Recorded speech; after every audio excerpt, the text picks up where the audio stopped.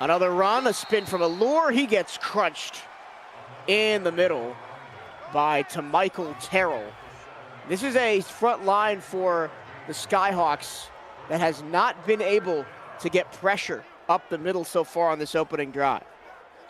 No, and this is really the lopsided part of the Skyhawks team.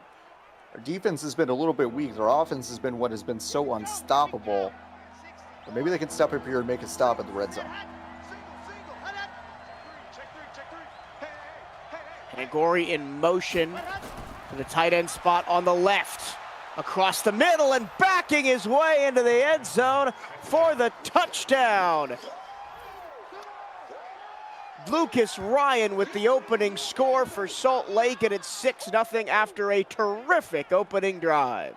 They put Pangori underneath there in the middle, and what they did is they just went right past her on the other side to Ryan, and that was an easy pitch and catch. Nice opening drive from Jay Carter. They had a couple of penalties. They had some little wonkiness early on, but yeah, the Skyhawks defense doesn't stop much. Salt Lake looking confident on that opening drive. Both of these teams loaded up on offensive talent, while the defense is kind of let slip both in the offseason. So we could see a lot of points tonight. Phoenix definitely didn't have an answer on defense on that first series. We'll see how the offense looks with Joe Tillo under center. Yeah, we're about to see some of those good pieces that Salt Lake actually did manage to hold on to or snag in the offseason. Don Mariano on at middle linebacker, Joe Malone, of course, on that line. So they've got some good pieces on defense. We'll see if they can handle the high-octane, multifaceted attack of Phoenix's offense. They'll start from the 26. That was a 7-yard touchdown. If you look at the bottom of your screen, we got the winning bingo numbers so far. They do carry over from the first game of our doubleheader. Here's Tillo on first down, the 7-step drop over the middle and picked off. First pass of the season is taken away by Salt Lake. Roosevelt Nixon. How about that for your first play of the season? Roosevelt Nixon there on that right side, just stepped in front of a pass. I don't really know what. I mean, the receiver was double covered anyway. That was not a good. Chris Andrews was very tightly covered by the Salt Lake defense. That was just, I think, a bad throw from Joe Tillo there. Bad decision. And this is going the other way already. So this Phoenix crowd a little deflated after giving up some points on opening drive and turning it over immediately on the other side of the ball. It might be getting late early here for Phoenix in this first quarter. We've seen plenty of lopsided games here on opening day. The high snap, the delayed handoff allows the Phoenix defense to get home. To Michael Terrell with his second tackle, correction, his fourth tackle already on the game. It'd be interesting to see what they decide to do here. If they decide to be really aggressive or try to get Allure a lot of carries. They will go back to Allure. The cut in the middle of the field gets close to a first down marker. It'll be 3rd and inches. Other names to watch out for on this Salt Lake offense. We've got the tight end Sauce K, formerly of Florida. Handoff, left side, nothing doing there. It's enough for a first down, though. We already mentioned. Skippy Palmer on the offensive line at center. And Joe Malone as well. Yeah, well, Allure can sometimes dance a little bit, which I get. I mean, there is a lot of elusiveness there, but his real strength is his speed. And sometimes just like running downhill, it's hard for defenders to really wrap their arms around him. So I'd like to see him dance a little bit less and just kind of look at this defense from Phoenix. Press all, no middle. Let's see if Salt Lake can take advantage. On play action, rolling out is Carter into the flat. The check down is just not there. And so Phoenix makes that very aggressive defense work Yeah, I would have liked to see Jay Carter maybe audible out of that and try something to exploit that, but instead play didn't develop the right way. Allure diving off the left side of the 10. He's already got 39 yards. Averaged 4.9 per carry last season and over 100 per game at 102.8. 7-0 Salt Lake. Here's 3rd and 3. The handoff, wide open, first down and goal. That time the recipient of the carry was the backup, Lakeem Hopkins. Yeah, Hopkins himself is also a speedy back, so they've just got so much speed in the backfield between Hopkins and, of course, Chris Allure. It's a tough assignment for any defense, let alone a defense that has some weakness on that line, like you mentioned, that Phoenix does. 1st and goal from the 4. The handoff and barreling his way to the goal line. Wow, they're not going to call that a touchdown. I want to see this again. Yeah, I thought he got in, did Hopkins. Wow, maybe they turned him down at the last second. That ball might not have crossed the plane. Yeah, he's kind of on his side there. It's really tough to see. It looked like close, the defensive lineman, Jonathan Holmes, almost pushed him into the end zone. Right. I formation. They'll play action on 2nd and goal from the 1. Throw to the corner looking for Pangoro, and it's incomplete. Sometimes you can overthink this, guys. It's 2nd and goal from the 1. They've gotten so many 1, 2, 3 yard plays, just handing the ball off. That's all you need. Moore almost got his knees taken out from him, but he was able to stand and deliver into the end zone. Salt Lake has 2 touchdowns. Phoenix has run 1 offensive play. Yeah, hindsight's 20/20, but really, that 2nd and goal play is the play where you can get cute. It doesn't make sense to get cute on 3rd and goal. Makes a little less sense to do it on 1st and goal, but 2nd and goal, I guess you can make that kind of weird play. You're just going to hand it off to Chris Allure. He's going to get that touchdown. So Salt Lake looking very strong, even with that short field. Phoenix has got to come back and try to get something together. They got so many options. They got to try to just get DJ Simeon. They got to try to get some of the receivers in action. But Joe Tilla's just got to make good decisions. So we'll see what this Phoenix offense can do. But boy, their defense has not stopped Salt Lake at all. Get your UFL gear at UFLshop.com. Stocked with the best t-shirts, sweatshirts, flags, and more. A Printful partnership.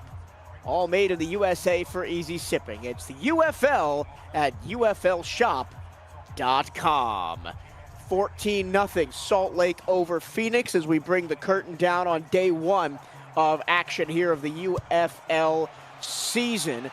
Let's see if the Phoenix Skyhawks can get more than 1 offensive snap under their belt here. Nice return out near the 30.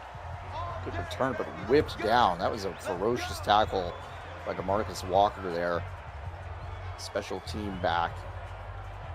You talked a little bit about some of the weapons that Tillo has to work with. I mean, DR Simeon on the outside, DJ Simeon at running back.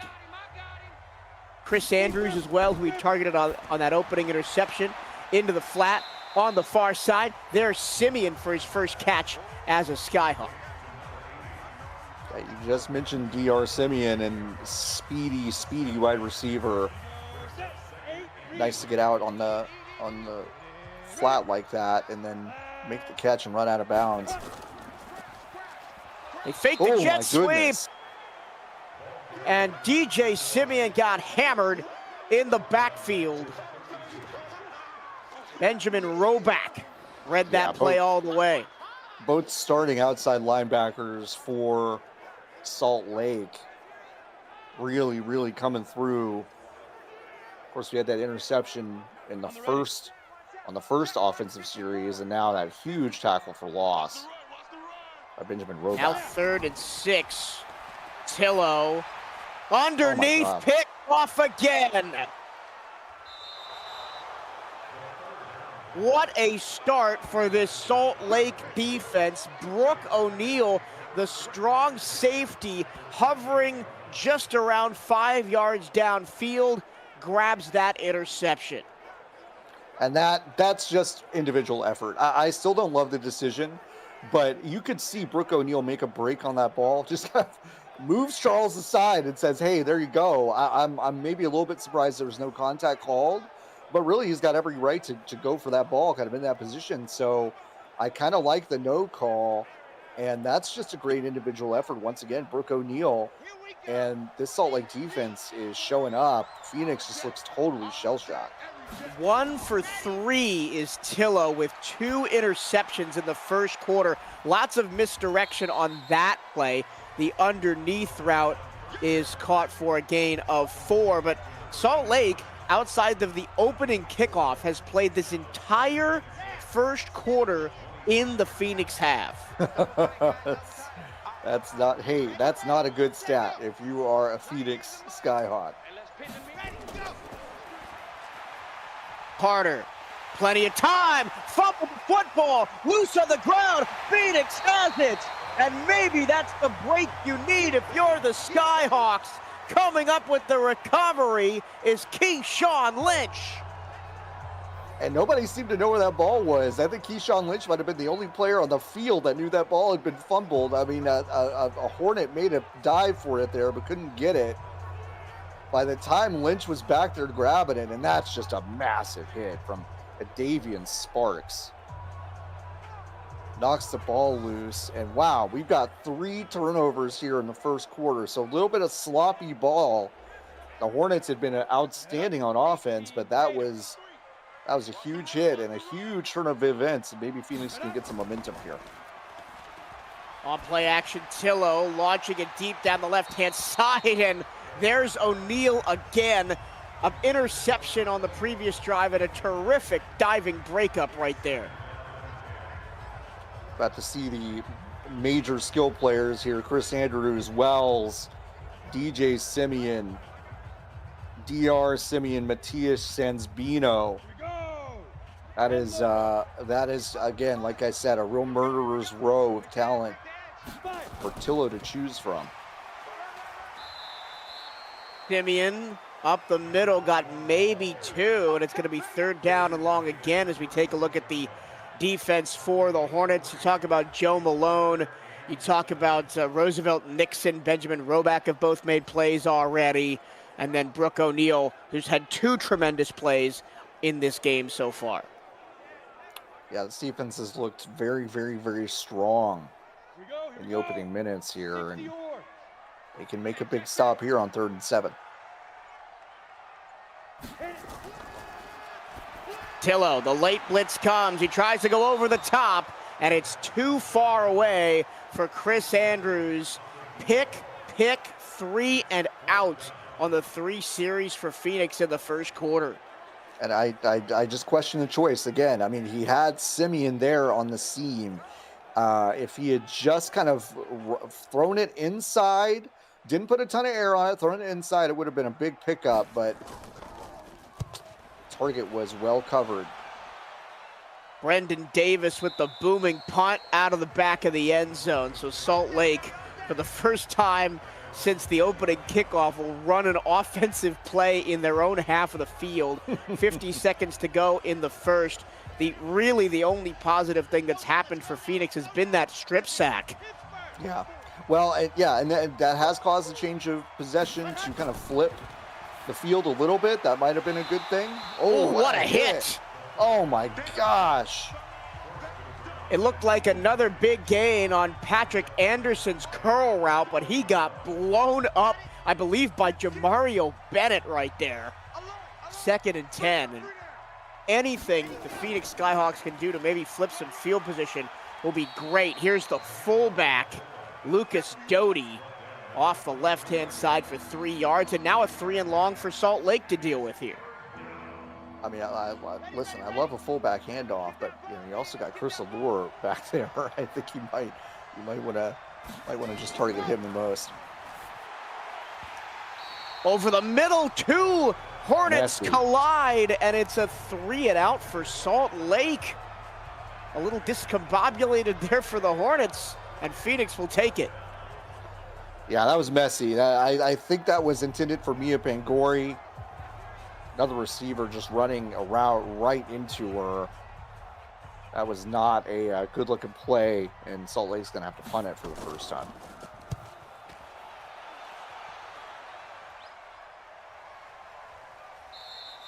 Not anything on the return for Phoenix. 5 seconds to go in the first quarter.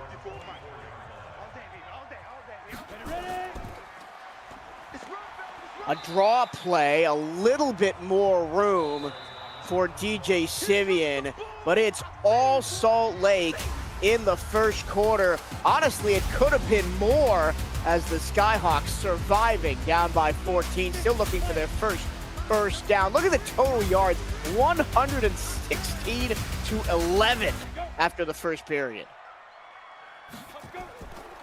Michael Cirillo and John Warren joining you today from Phoenix as we round out day one of our UFL Season 2 coverage here in 2026. Well, first downless no more for the Phoenix Skyhawks right there as they pick up their first move of the chains of the game, move the ball up to their own 36-yard line.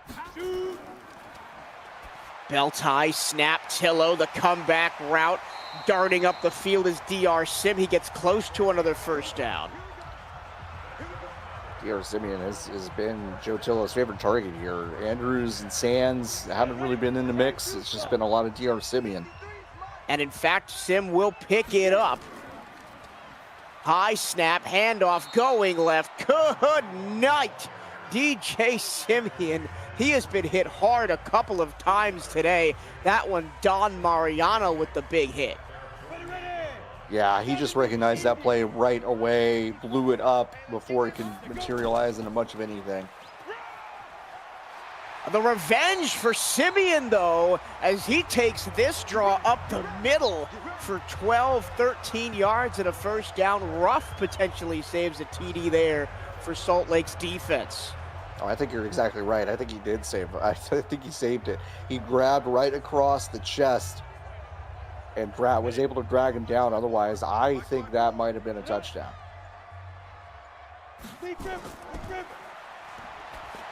Pillow, deep strike, caught at the 20. Andy Sands inside the red zone. Welcome to the game, Phoenix's offense. Only took a quarter for them to show up. Took a quarter, and if Sands looks like one of the biggest players out there, your eyes do not deceive you. 6'7", that is just such a weapon for a wide receiver. And I bet, especially now that they're in the red zone, we might see Sands targeted again. 6'7", get that man on a basketball court. March Madness is going on. First and 10 from inside the 20. Delayed handoff, nothing doing right there. Staying home is De'Con Harris to make the tackle, 2nd and 10.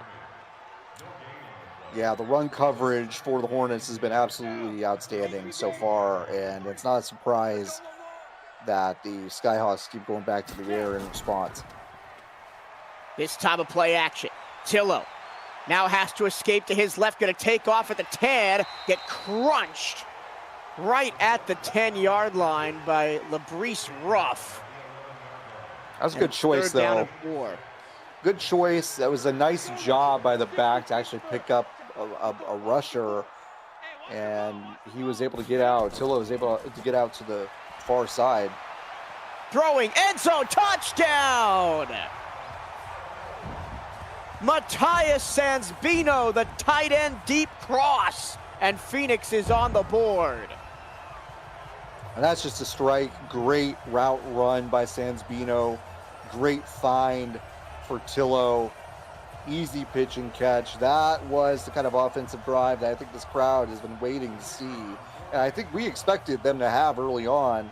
It took them about a quarter to wake up, but this is this crowd starting to feel it once again. Joe Tillo has his first touchdown of the season. Had 22 of those in season 1 and over 3,800 yards. 22 touchdowns, only 12 interceptions, but he's got to work on that touchdown interception ratio after throwing 2 early picks in the first quarter. And John, we got a game right now after thinking we might not have much of one in the first quarter. Yeah, no, I am thankful, and I thought this would be a tightly contested game. I was worried about it with some of the lopsided games that we'd had today, but I think this is going to be a good game. Just took Phoenix a second to wake up a bit. Nice return, breaking a tackle out near the 30. These two teams met in round 1 of the playoffs last season. Salt Lake, after having the best regular season record at 14-2, romped past Phoenix 31-19 before losing 42-35 to LA. After being the odds-on favorite to win the whole thing, did not get as far as they would have liked. The handoff to Allure, trying to juke 2 defenders. Can't do it at the far side numbers, still gets 8 yards. Yeah, it was such a fun season for Salt Lake, except they kind of ended it with a whimper, right? I mean, they get into the playoffs, they look, you know, very, very strong getting into the playoffs, and then just kind of ending the way it did in LA. That was a tough loss. And their losses in the offseason kind of continued that feeling of uneasiness. So that's really kind of important. I mean, I know it's only week 1, but it's kind of important for Salt Lake to really get out to a good start here. Make their fans a little easier and more confident early in the season. Tyler Pryor with the big tackle there. Loss of 2, now 3rd and 4 as Allure couldn't get out of the backfield. He's got to throw, tight coverage. And the defense does just enough. That's the end. And Davian Sparks, who had the strip sack in the first quarter, drops into coverage and gets the breakup in the second quarter. Yeah, I'm absolutely the strongest part of this Skyhawks defense so far has been a Davian Sparks, that strip sack, and then a great pass deflection there to force a punt. And if you're Jay Carter right there, yeah, excellent punt down inside the 5. But if you're Jay Carter right there and you see the defensive end drop back in coverage, you're thinking this is 99.9% of the time a first down. If you've got a shallow cross with a wide receiver, I guess he didn't expect the athleticism of the 6'4", 238-pound defensive end. Yeah, I don't think the calculus is quite the same when you see a corner covering a shallow cross than an end. So, yeah, I think that pass was indicative of that choice. Jet sweep on a pitch. DR Simeon didn't get anything. Picked up 1 officially. Roback made the stop. Important to get out of the shadow of their own goal line here for Phoenix.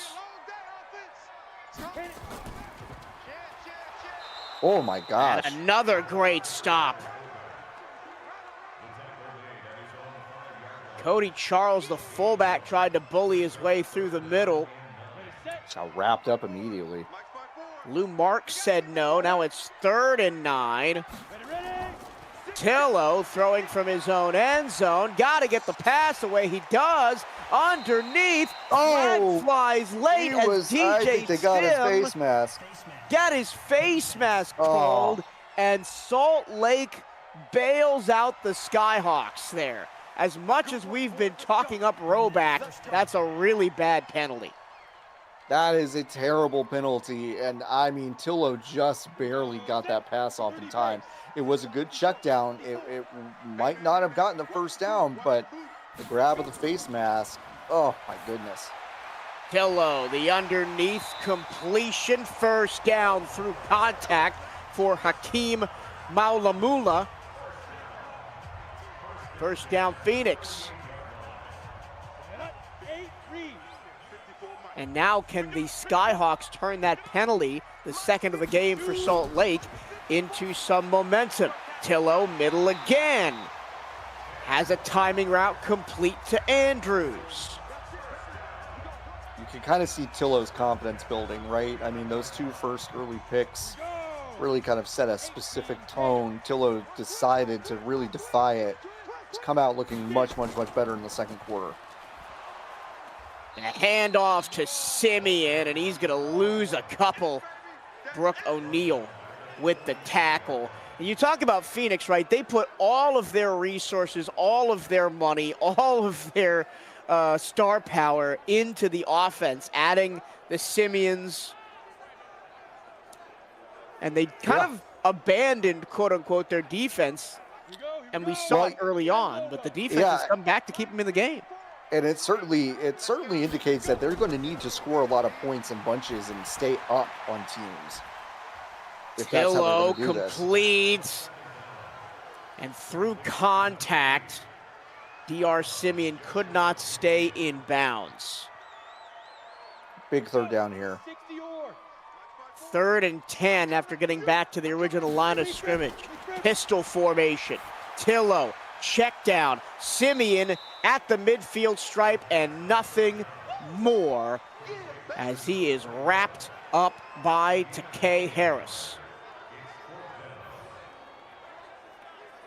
It looked like a zone look from Salt Lake, and I guess Tillo just didn't like what he saw downfield. It was a very quick check down, and it was well covered there by Salt Lake, and it's going to force him to punt. The field positions flipped a little bit, but that's still a disappointing into a drive that could have been much more lucrative for Phoenix. Towards the corner and into the end zone on the punt. Ever since that strip sack late in the first quarter, the momentum has mostly been on Phoenix's side. We've seen 2 3-and-outs since for Salt Lake's offense, and now they're started at their own 20.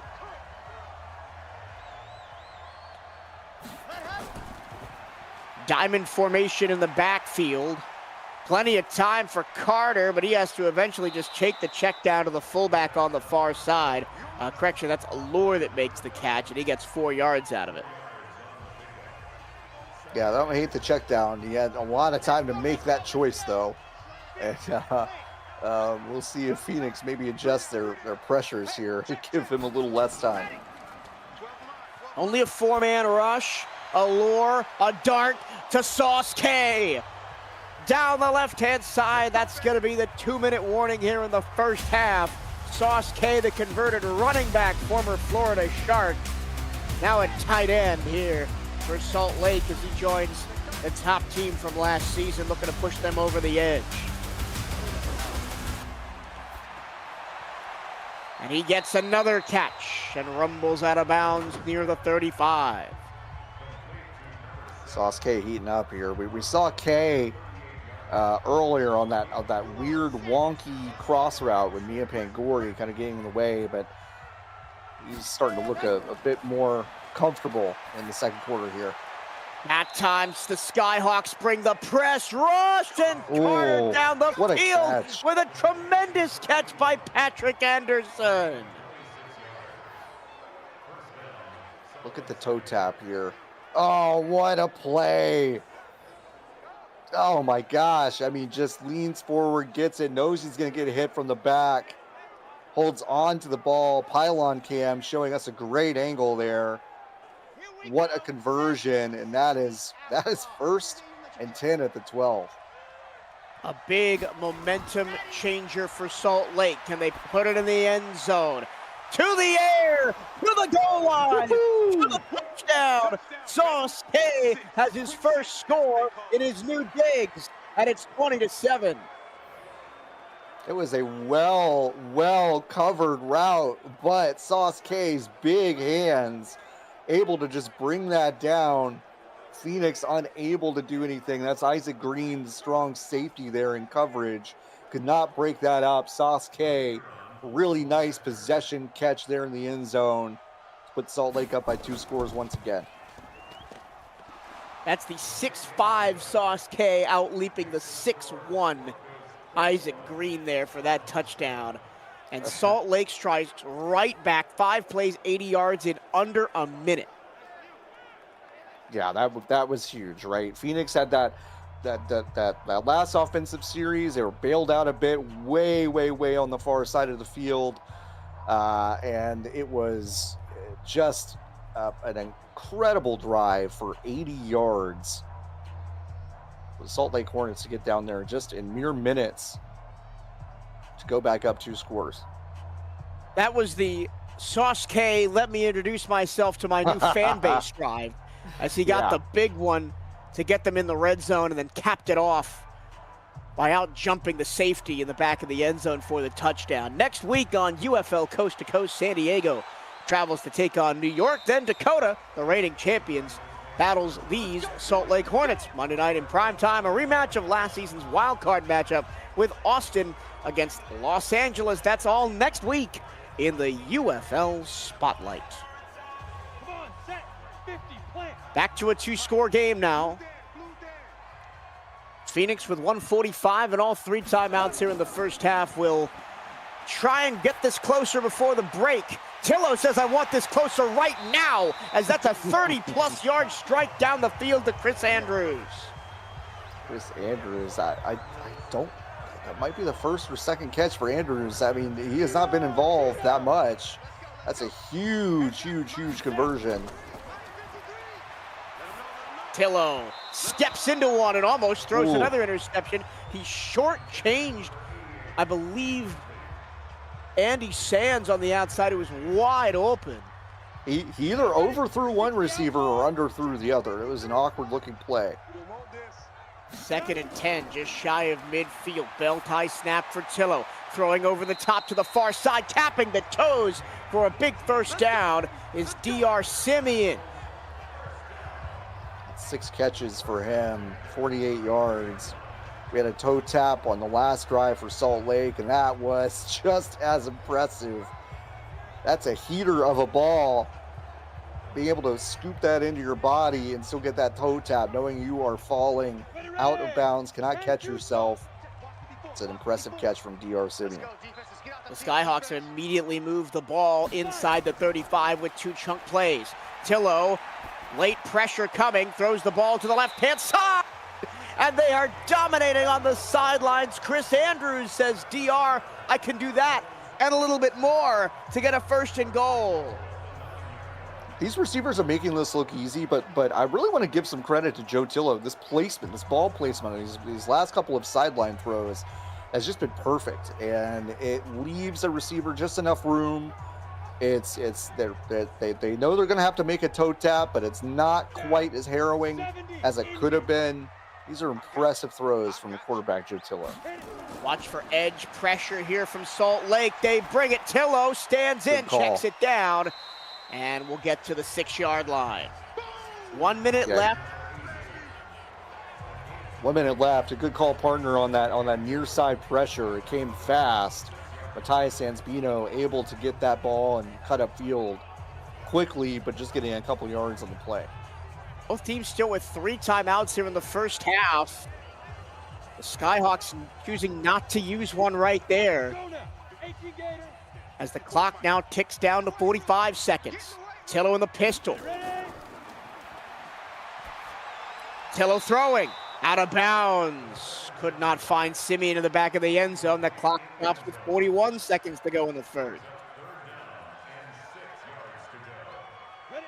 60 Pittsburgh. Now we've got just a single wide out each side with 2 in the backfield. Tillo, pressured, throwing, caught, but I think that he's out of bounds. It's illegal touching on A.J. Gordon. No, sorry, correction, Hakeem Malmaluna. That's a loss of down and forces a chip shot field goal, which is up and good with 30 seconds to go in the half. The deep irony of that Phoenix drive, how it ended, was they could not work the boundary. They could not work that back boundary. They did such a great job with out of bounds, sideline to sideline, but on that play, on that drive, just in the red zone there, they could not get anything to work.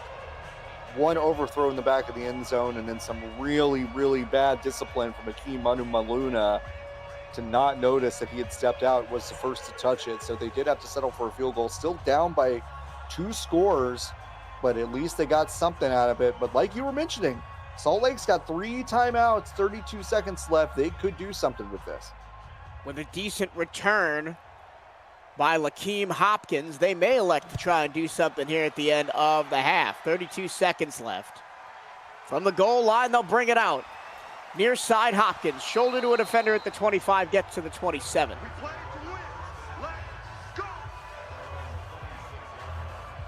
Now, do you roll the dice here and try and take a couple shots downfield if you're Jay Carter in this Salt Lake offense? I kind of think you do, actually. I think Phoenix's offense is still so loaded that, you know, they could really do some damage in a hurry.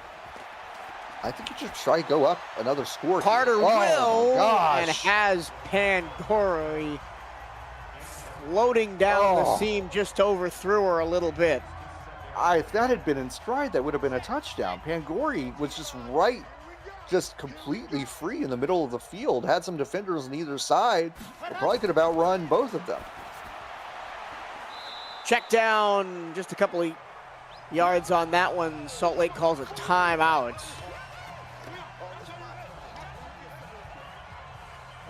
$19 seconds left, 3rd and 6. Now you got to be careful if you're Salt Lake, because if you don't get this first down, Phoenix then has 3 timeouts to try and do something. Yeah, I don't know what you do here. You just try to get something underneath, I think. They do. It's close to a first down. Oh, they're going to call that. Oh my goodness. Gosh. They're short. 4th and out of bounds. And stops the clock, saves a timeout for Phoenix. Now, they are going to be in pretty bad field position here after the punt is away by Houston Myers. So they'll be at their own 20-yard line as that one goes in the end zone. 80 yards, 10 seconds. I mean, we've seen some big strikes from both teams so far. Tillo, middle, caught. Timeout with 4 seconds left, and the ball up near the 40. Does Tillo have the arm here to try to get it to the end zone? They are still on their own side of the field here. But they've really only got time for one more play. This will be the final play of the first half. Salt Lake dominated the opening quarter. Phoenix struck back. Tillo just going to throw to the sideline, and we will go to the break. Salt Lake 21, Phoenix 10. And John, really it all comes back to that opening 5 minutes where Phoenix turned the ball over twice and gifted 2 early touchdowns to the Hornets. Yeah, the Skyhawks essentially began this game down 2 scores, it felt like, and then they were able to get some stuff together in the second quarter. But Salt Lake still looking pretty solid on both sides of the ball. And the advent of Sauce K late in the second for Salt Lake feels like an ill omen for the Skyhawks here. But they've got some weapons to work with. They got some time. They got a full second half, and I am looking forward to it. This has been a fun first week in the UFL. Catching you up on some scores from earlier in this opening day. LA defeated Wichita 30-20. Minnesota on top of New Orleans 38-18. New York survived Vegas 20-18. San Diego all over Rochester 26-7. Austin blew out Chicago 66-17. 60 burger for Austin in opening day. And then we just saw Miami take care of Dallas in our last game. Michael Cirillo and John Warren here from Phoenix, Arizona, wrapping up day 1 of UFL action. We've got Cameron Irvine punching all the buttons, making sure we are getting to you across the country and around the world. Phoenix does get the ball first here in the second half, down 21-10. Simeon crunched in the backfield, and the run game has just been gobbled up by Salt Lake today. I can remember just one decent run by DJ Simeon, but other than that, it's been solid from the front 7 for Salt Lake. Yeah, frustrating day so far for DJ Simeon. Salt Lake's just been all over the run game. And it's interesting because, you know, you would think almost they would invest more in stopping these deep passes with so many weapons, but it's kind of turned Phoenix into a very one-dimensional offense. Oh my gosh! Hello! Down he goes, back inside the 20. What flavor Gatorade did Salt Lake have at halftime? Two massive negative plays to start for this Hornets defense. Well, they're sending interesting looks here too. That was not from the D-line. That was a secondary player getting to the backfield untouched. Tillo just had no shot to do anything with the ball. And 3rd and 17, this is huge. Tillo gonna just take a deep shot down the field. Oh! 2-on-1 coverage. The ball bounces off the hands of Andy Sands, but he can't make it stick. And Phoenix will go backwards by 7 yards and go 3 and out on their opening drive. The interesting stat from Cameron Irvine, producer tonight, who is Phoenix had more total yards than Salt Lake did in that first half, 217 to 212. But I mentioned the 2 early turnovers, the short field position that the Hornets had for most of the first quarter is the difference in the game right now. Yeah, it is the difference in the game. Phoenix has had some big plays on offense. And I want to talk about that last play. You know, it might be kind of a punt in spirit to lob a ball up like that and see what happens. There's no player I would rather do that to in the league than Andy Sands. Once again, 6'7", great jumping ability, can get up and do that. I don't hate the call. I think taking that shot with that player, even in double coverage, worth it. But Phoenix not able to convert. They had to punt this away. Now Salt Lake is going to get pretty decent field position to start. A chance for a massive, massive tempo swing here at the start of quarter number 3. The 3 and out forced, and now a chance to go up by 3 scores. The quick strike on the slant is blown up as both defenses have come to play. Watts with the hammer, 2nd down and 12. Adam Watts just reading that the entire time. Pangori just cannot get any room there. No oxygen, just snuffed out right away. Loss of a couple yards. And I think that was almost thrown too fast by Jay Carter. Agreed. Blocks weren't developed for that screen yet. Play action, roll out left. They'll take the check down, and the defense swarms all over it. Only got back to the original line of scrimmage at a couple yards more. 3rd down and 6, and a massive play for Phoenix's defense coming here. Yeah, it'll be interesting what they decide to do. They've got 4 wide here. Carter, plenty of time against the 4-man rush, takes the check down, and the tackle is there. They went to allure, and it was stopped by Broadway, and a team's trading of 3 and outs to start this 3rd quarter. Yeah, both defenses looking refreshed. They seem to have taken a nice breather at halftime, and they're both coming out kind of flying toward the football. But I also want to say, I think a lot of the decision-making here by both quarterbacks has been a little iffy to start the second half. We'll see if Phoenix can right that ship on this drive. Another booming punt goes into the end zone, and we started this game, John, talking about this was going to be offense, offense, offense, and not a whole lot else. And I've honestly been impressed, especially with Salt Lake's defensive front and how they've been able to shut down the run game. Yeah, they've really just clamped down Phoenix, made them super one-dimensional, like we said. Tillo under pressure, gets a late block. The check down is there just for 2 yards. Out to the flat. Got a lot of time for that to develop, but didn't like anything he saw downfield. Checked it down. 2 yards only on that play. 2nd down and 8. Tillo, the slant. And it's going to bring up 3rd and 1 as Andy Sands over the middle makes the catch. What do you dial up here on 3rd and 1 with the run game that has struggled as much as it has for Phoenix tonight? You know, maybe a draw play. I know it's a run, but at least just drop back and maybe you can hand it off to DJ Simeon. But like you said, they did just have their clamps on. I might look at Sansbino in the flat here. Just a single middle linebacker for Salt Lake. They may look to attack a soft center of the defense. They will hand it off to Simeon on a delay, but the extra motion in the backfield does not fool Salt Lake at all. Lou Marks hits his mark and forces another Skyhawks punt. And this is a little thing, but they left the tight end on the line to block, and I think that gave up the ghost, right? It really just made Salt Lake immediately realize, hey, no, this is a run play. Just try to attack right there. You really have to sell out if you're going to do a fake run like that and get the defense to kind of drop back, drop their guard a little bit.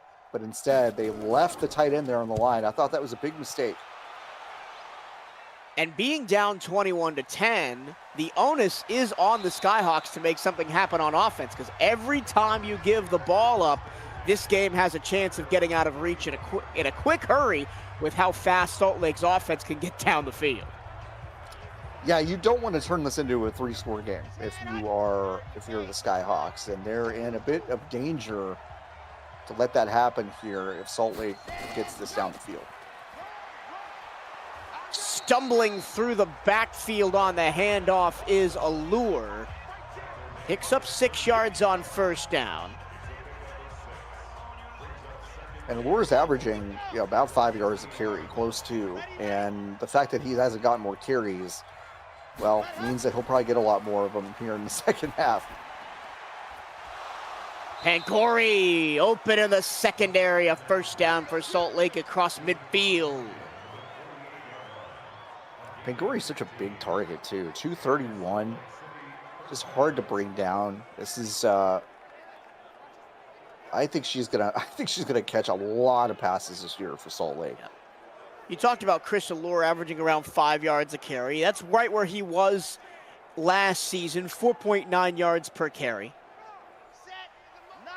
A long of only 27 though a season ago. So he wasn't a big playback. He was just very consistent. Yeah. Check down through the middle to Allure. He'll pick up 9. As really all Salt Lake needs to do right now is just pick up yards and tick the clock down. Up by 2 scores here in the third. Yeah, I mean, even these chunk plays, checking down to the runner. Oh, we've got another false start here. Wow, that's the Salt Lake's third penalty today on Salt Lake. 2 false starts and a face mask. Watch one-on-one coverage up at the far side of the field here. They'll go with the run. The blocking is there. Massive shout out to Drew Finch as well as Skippy Palmer. Just carved a massive hole up the middle. Yeah, that was a no doubt. And the kind of play that I like to see from Allure, just put your head down and run upfield as fast as possible. You're one of the fastest players in the league. Make it work for you. 3 receivers to the left. They'll go to the one-on-one matchup on the other side. And corners hate to see Mia Pangori coming. Look at that catch on the sideline. What a catch. Just getting her big body in front of that ball. I mean, it's just a really textbook play there on the sideline. I think this is a really promising receiver. Play action, roll out. A lot of time for Carter, and that pass is going to be broken up in double coverage at the 5.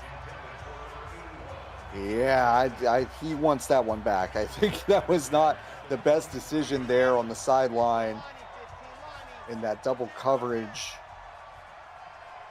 Like that one back. High formation, no receivers. They sell out for the run, hand the ball off to the right-hand side. And Lakeem Hopkins picks up 4.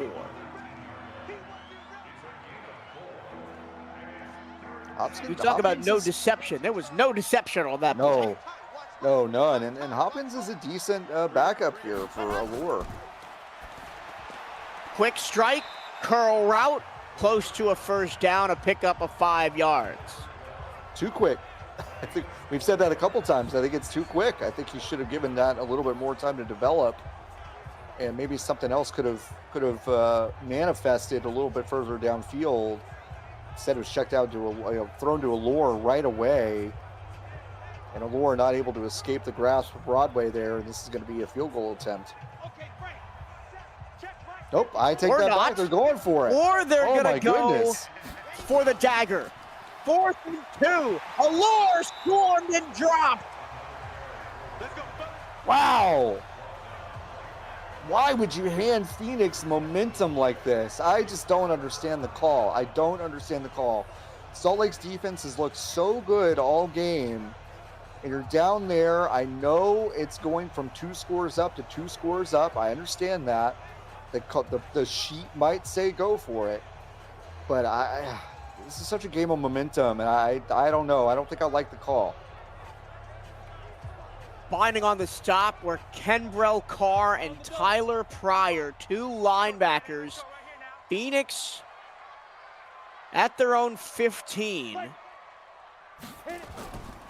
Man in motion, another handoff, and I think they just got to stop with the run. The run blocking is not there. Ruff makes another tackle for loss. But to go back to the 4th down, right, you said the sheet indicates that you should go for it. And I kind of agree, right? You know your defense is playing well. You've got a 2-score lead late in the 3rd. And if you don't get it, you pin them deep. I get it, but Phoenix can move the ball fast. You just got to quit trying to hand the ball off to balance things out. The balance is out the window. Oh, my goodness. Another draw, and this is something the coaching staff is going to have to take a look at. Ben Roback gets another TFL. I think that play is going to have to be scrubbed from the playbook in practice this week. Yeah, and I mean, Tillo is not doing a good job of getting to the line and seeing that the coverage is there. I mean, he's been seeing these linebackers just kind of crowd the box all game, not making any sort of adjustments. This is not smart play, especially when your defense just caused a turnover on downs. And now it's third and 12. You're pinned down at your 13. 3rd and 17 on the first drive. 3rd and 12 on the second. He's not even going to get a chance to throw the ball because Kaloum Malone is all up in his business. What a defensive sequence for Salt Lake again.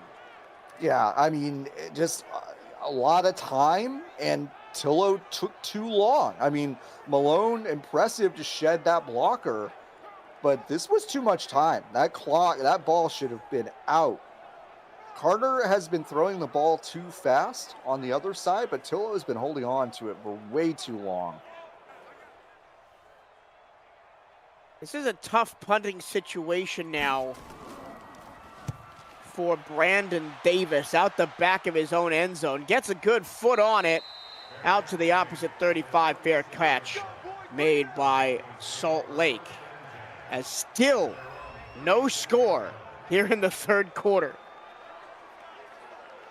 Jake Carter, look at that stat line. 20-26, 195 for 2 touchdowns.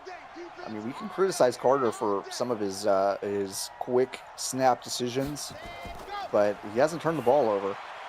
Carter rifles it across the middle again. Well, that time an excellent play call and execution to Lucas Ryan for the 1st down. Let me correct myself. He hasn't thrown an interception. He did lose that fumble early, but he's been doing a good job taking care of the ball since then. Is that another false start? Yes. 3 false starts on Salt Lake today. I just saw a stat that said Salt Lake has up to 292 yards. Phoenix has gone backwards. They don't have positive yardage in this 3rd quarter, as the Skyhawks led in overall yardage in the first half, 217 to 212. I think it's somewhere around the range of, well, now we just saw it at the top of the screen, but Salt Lake has come out and dominated this 3rd quarter like they dominated the 1st quarter. Well, and to your point, I mean, you made the point earlier when I was criticizing Salt Lake for going for it on 4th. It's not like Phoenix has looked very good here in the 2nd half. I just kind of assumed they would turn the corner, make something happen, but Salt Lake's defense just looked outstanding. 3rd and 13, a chance for Phoenix's defense to get off the field, but they sent the extra man, and wide open is Patrick Anderson on the punish. And that is the way the third quarter ends. All Hornets in the third despite no scoring. The Skyhawks don't get positive yardage in this third quarter on their 2 possessions. And Salt Lake just burning clock up by 2 scores. They want to do more than burn clock. Oh. Spin move by Anderson to get down to the 12-yard line. Patrick Anderson with a juke and a spin. Get some extra yardage there after that great catch.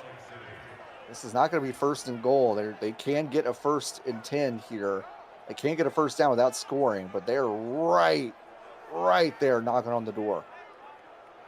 Once again, thank you for joining us here on the UFL on Sunday night. Michael Cirillo and John Warren calling all the action for you from Phoenix, Arizona. Cameron Irvine has had a long day of production as he has been at the helm since about noon Eastern. Doing all the games today. That is a long day. The handoff to Allure, trying to get the edge. There's enough purple and orange jerseys out there that he's not going to get much of anything. Juke out of bounds. Don't see that very much, but sometimes you surprise yourself. And sometimes you don't. You want to do what's best for you, right? You see 2 big guys on the other side. It's like, I'll just prioritize my health here. But meanwhile, Salt Lake is prioritizing touchdowns. Mia Pangori's first. Picks up the score. Her first touchdown of the season. First of many, I suspect. I mean, she's just looked great. Has a lot of natural chemistry with Carter.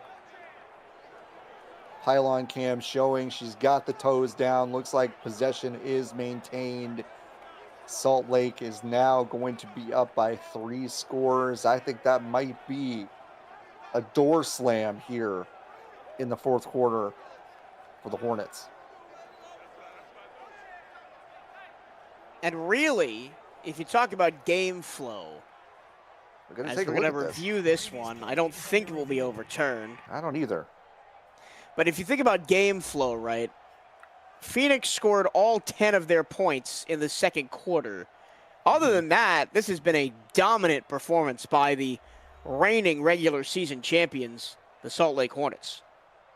Yeah, Salt Lake has really dominated, right? And Jay Carter has looked, I mean, as good as we've ever seen him. I mean, I think he is throwing with a lot of confidence. He's throwing with a lot of poise and making it work. I mean, you know, he doesn't have as many targets as Joe Tillo has on the other side, but he's making it work, and this team is looking very, very good on both sides of the ball. 7 plays, 69 yards as we look at Salt Lake's upcoming schedule. Dakota against the reigning champions, then at Rochester, and then against Austin and Wichita. So 3 of their first 5 at home, at altitude up in Utah for the Hornets. Yeah, I'm circling that Austin game. Austin putting 66 up today. That is just ridiculous. They may be the best team in Texas. I thought it might be Dallas again, but Austin looking very, very good. So I'm looking forward to that one for sure.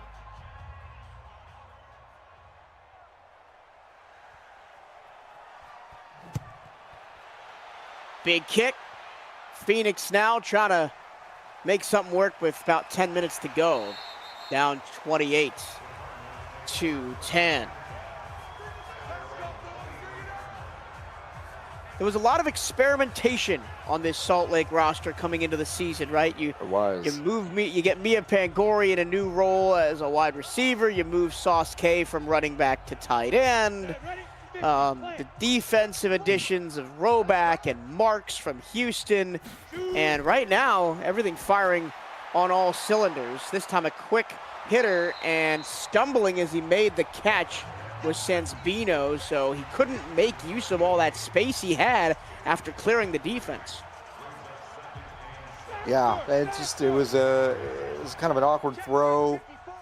Got him a little off balance, couldn't turn upfield fast enough. in the flat again. This time turning up field for the first down is DJ Simeon out of the backfield.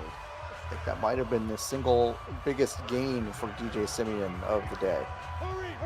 Although we had that 16-yard run back in the second quarter on a draw. Oh yeah, he's just lost a bunch of yards since then. That's right. You're right.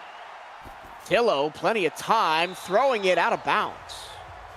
Just nobody open as the black and gold secondary swarms all over these Phoenix receivers.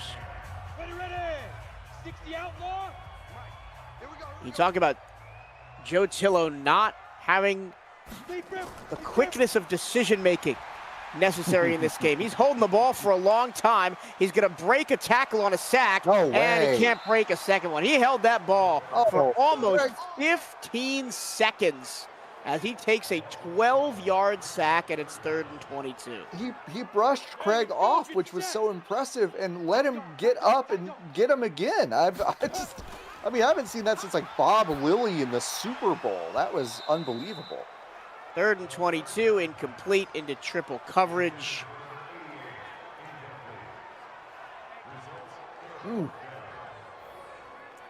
Disappointing. This crowd is disappointed too. I think this has been a very, very telling first game for Phoenix. They were worried about some of the pieces that they did not make up on the defensive side. They went for, oh my goodness, they got it. What a play. On 4th and 22, Joe Tillo just chucks it. Wow. And what a catch by Chris Andrews. Oh my gosh. What a catch by Andrews. I'm not sure it really means anything except statistics. Tillo going deep again on the sidelines. Catch made by Malpaluna. I mean, if they can score here in the next minute or so, this is still a game. I don't want to write them off completely, but you might be right. Maluna just makes a great catch there on the sideline. I still can't get over the fact that they went for it on 4th and 22. Well, I mean, they're down so much. Salt Lake's in challenge. This looks like a good catch to me, but yeah, let's see what the refs say. Man, the only thing I can think is maybe the ball jiggles loose at the end here, but it looks pretty tight to me. Or did the left foot never touch the ground? Yeah, that's the other possibly. thing, right? You mean call on the field was complete, and I think you got to stick with that. And they will, looks like, yeah. After review of the play, First down for the Skyhawks. Coming up for the Skyhawks, they'll have a home game next week against New Orleans, then at Austin, hosting Minnesota, and at New York. And with the reduced field of teams this year, every game is going to be a tough game. There are no sleepers in the league this season. No. Tillo almost intercepted for a 3rd time. Brooke O'Neal wanted her 2nd interception of the game. Dangerous pass, but they're all going to be dangerous from here on out, I bet. Yeah. You saw teams that struggled last year like Minnesota put down a beating today, 38-18 winners over New Orleans. The floater to the far side, and that one's almost picked off. It's Brooke again. She's everywhere. And that one she definitely wants back because that was right in her hands and she just could not come down with it. 3rd and 10. Tillo alone in the gun. Here comes the pressure, floats it, and this time it's incomplete. Oh, it's intercepted, excuse me. He's been playing with fire and a juke move down the sidelines. Wow, what a return. Eventually wrestled down, but a nice return. Wow, that was and Javonte James there. Yep. That kind of sums up the day for Joe Tillo. His 3rd interception after almost having 2 of them taken away on his last 2 throws. Yeah, and Tillo, I don't know. I think if he had gotten a little bit more air under that ball, obviously it's possible that Andy Sands could have gone up and grabbed that high point at it, but just kind of floated it short. James read it the entire time. jumped the route, had a crazy good return, brought it back to midfield. And now I think this is clear sailing here for Salt Lake. They can just kind of run this thing out. Let's go. 8:50 to go. A heavy dose of the run game. They will. And a nice run off the left side for Chris Allure as he picks up a first down. That time 17 yards or so on the carry as Phoenix has allowed almost 400 yards in the game. Earlier today, LA beat Wichita 30-20. Minnesota beat New Orleans 38-18. New York hung on to beat Las Vegas on the road 20-18. San Diego was all over Rochester 26-7. Austin with the biggest blowout of the day, 66-17 over Chicago. And Miami over Dallas in the first game of our prime time block. That time going nowhere is Allure, knocked down by Hernandez. Yeah, I think we're going to see a lot of parity in the league this year. I know we had some blowouts today, but I don't expect that to happen every weekend. And we've also had a couple of real bangers too. So always exciting in the UFL. Allure tries to run straight through the 241-pound to Michael Terrell, who's been one of the better defenders for the Skyhawks today. Didn't really work out for him. Now third down at 12.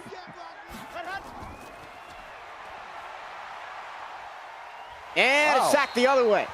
Second sack of the day for the Skyhawks. Keyshawn Lynch gets back there. Yeah, and we've been criticizing Carter for the opposite problem of throwing the ball too fast. This time he didn't throw the ball at all. And on the replay, look, he had Sauce K wide open in the middle of the field. Wide open. And then that zone look, it allowed for, as that play developed, for more receivers to get open. So I'm really not sure what Jay Carter was wanting to happen. Maybe just got gun shy about turning it over, but Salt Lake is going to get a field goal opportunity here. Put 31 on the board. The field goal is good. 6:44 to go in the fourth quarter. What was your favorite game so far today? I mean, obviously I'm biased, Minnesota over New Orleans, but I think the answer is clearly New York, Vegas. That game was a barn burner down to the end. Yeah, that game was, I have two answers. I mean, that game was really the best game of the week so far.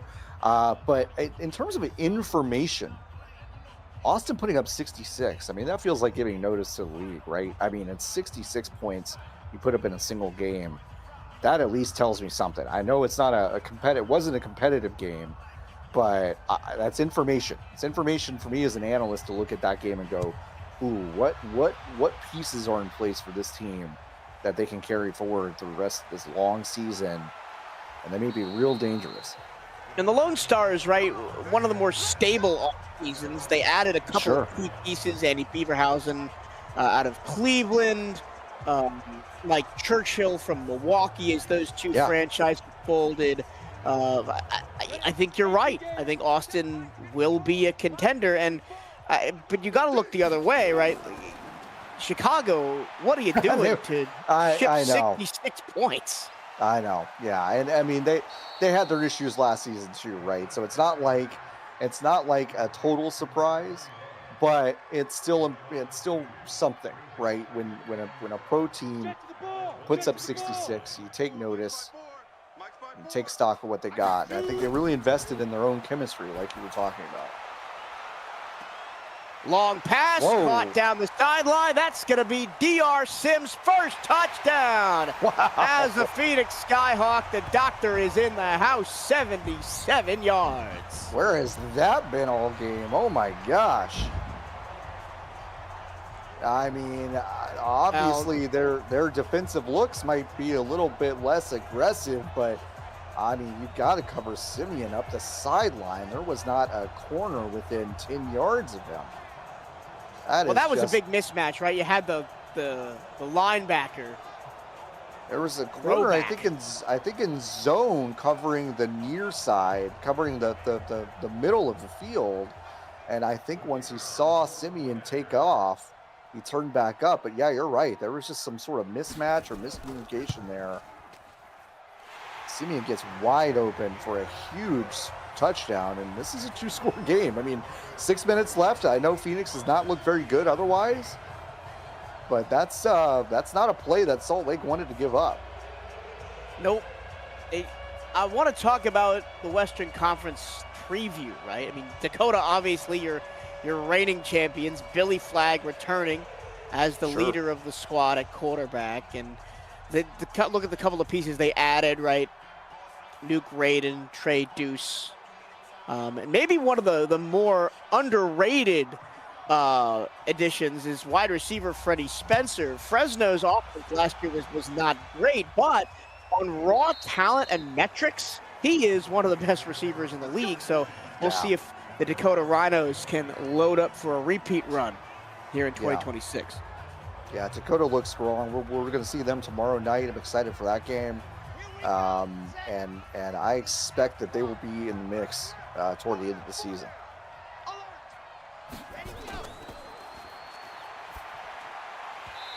In traffic, incomplete. I'm not sure why Salt Lake is throwing the ball here with 6 minutes to go. Cam updating us with total yards, 364 to 333 Salt Lake, and I also cannot believe it's that close. Whoa, look at what this. A big hit.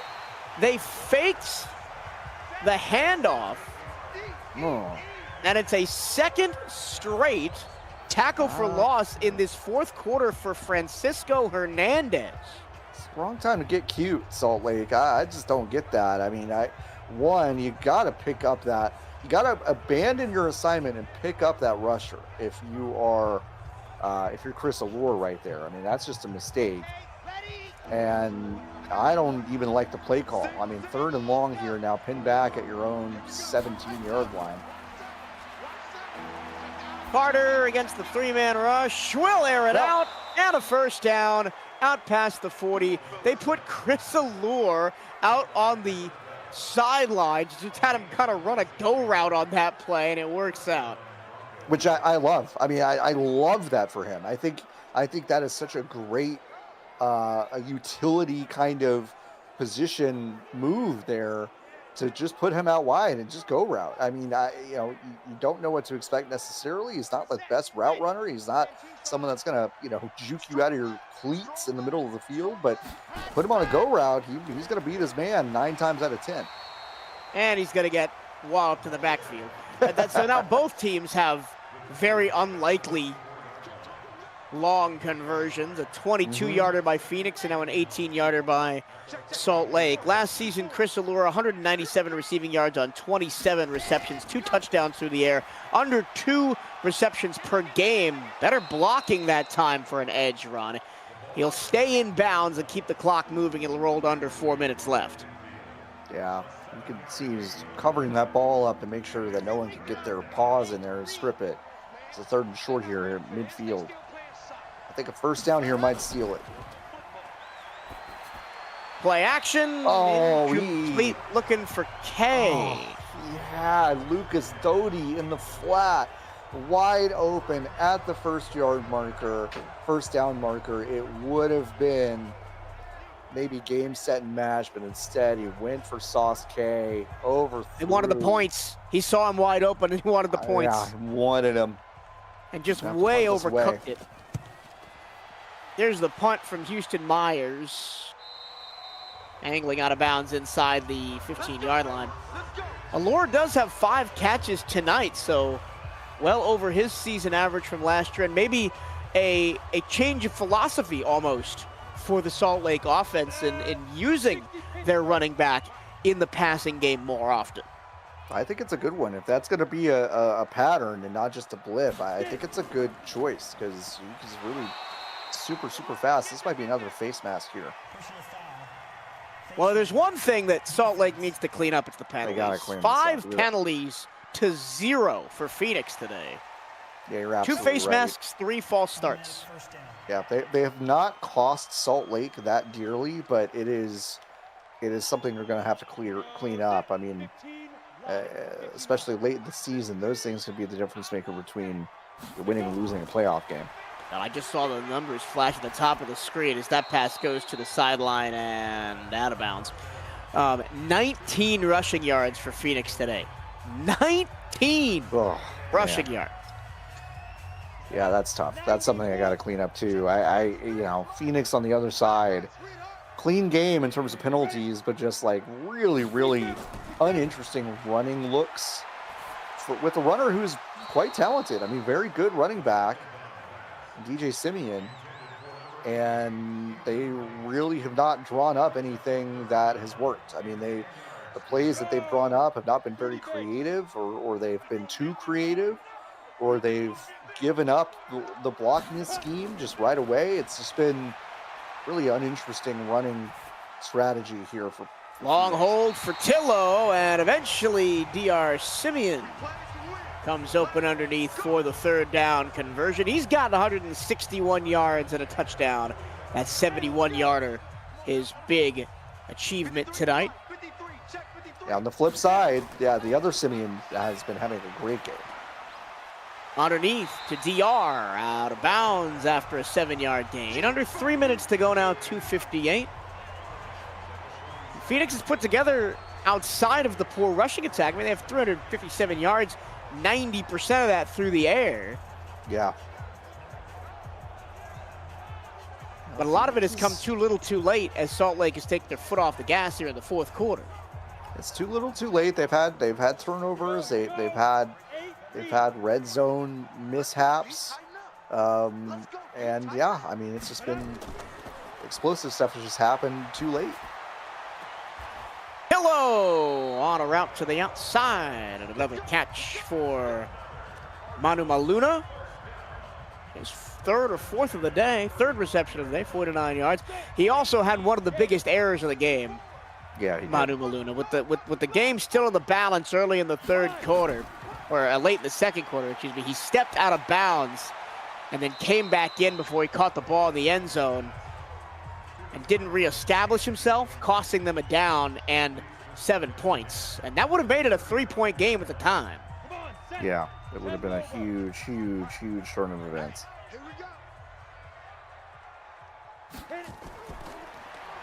As it stands now, it's 31-17.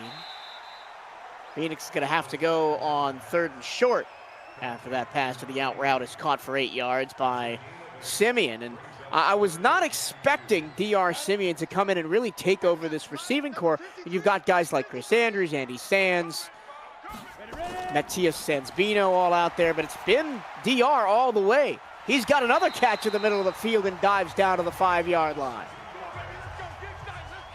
Wow, I mean, Simeon's got almost 200 yards, 12 catches, 199 yards. Rough there to make the touchdown-saving tackle. Tillo looking, throwing, back of the end zone. Touchdown. Did they stay in bounds this time? My yes, goodness. they did. Matthias Sansbino.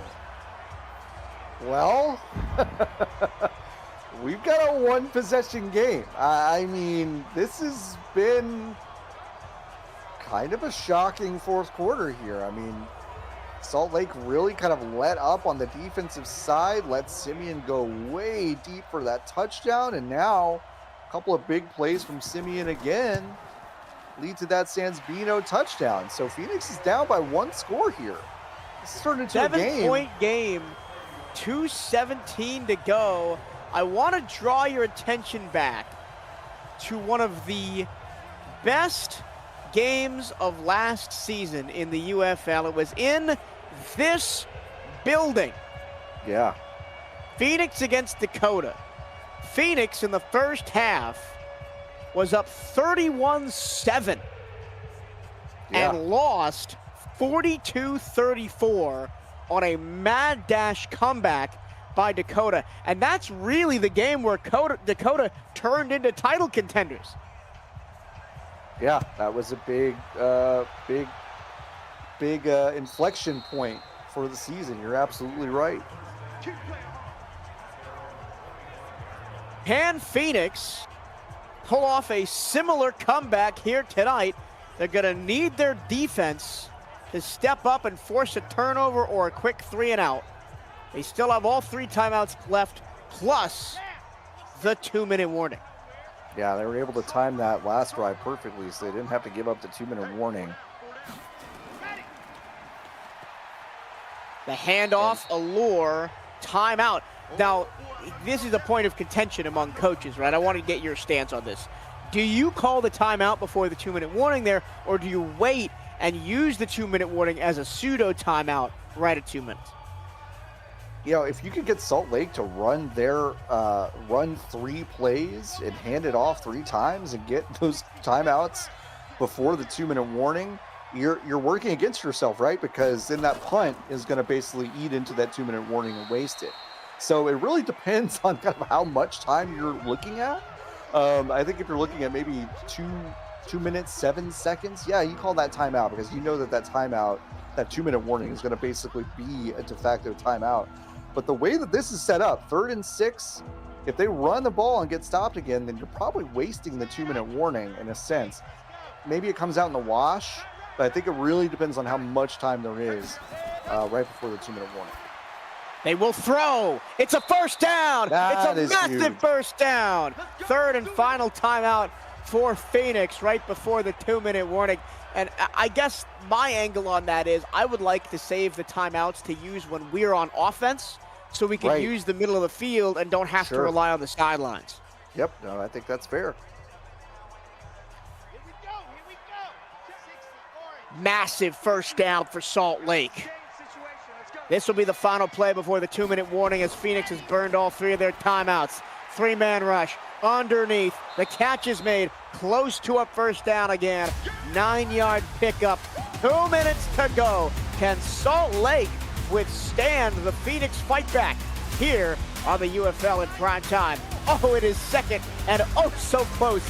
The ball spotted almost across that yellow line. Remember, the yellow line is not official. Chris Allure says, I'll make it official right now, and dives into enemy territory for another first down. Phoenix out of timeouts, and this is where I wish they would have saved the timeouts, right? Because if Salt Lake picks up that first down, you waste the 2-minute warning, and now your back's really up against the wall.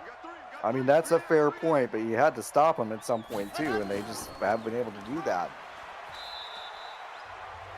And they're going to be able to run this clock out. So what a weird late rally from Phoenix that saw them put some big plays up against this very, very game-looking Salt Lake Hornets defense.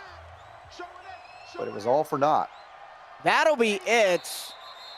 Some questionable decision-making with the timeouts at the end for Phoenix.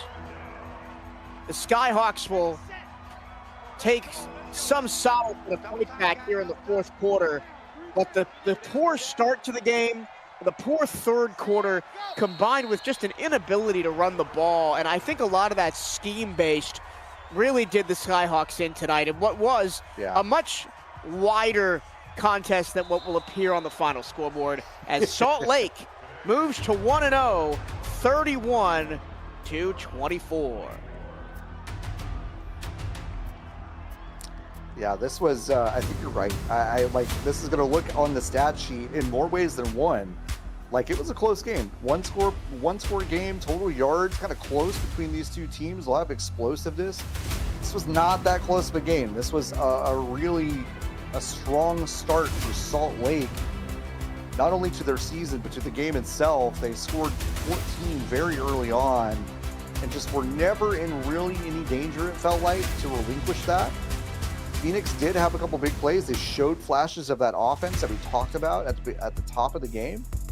But they're going to have to really do some soul searching, I think, especially about their defense. Their defense did not look very good for big stretches of this game. And Salt Lake on the other side, that's a strong start. But I don't know if this looked like the team that had the best record in the league in the regular season. They're going to have to really put some stuff together to get some chemistry to materialize. Phoenix outgained Salt Lake tonight, including over 400 yards through the air by Joe Tillo, but 3 interceptions, the inability to start fast, a poor third quarter as well, an inability to run the ball, sink the Skyhawks at home as it's a 7-point victory for Salt Lake. Now, the question is, right, what are the adjustments you make to that run game? I want to see them go a bit more direct and do away with some of this flashy stuff in the backfield.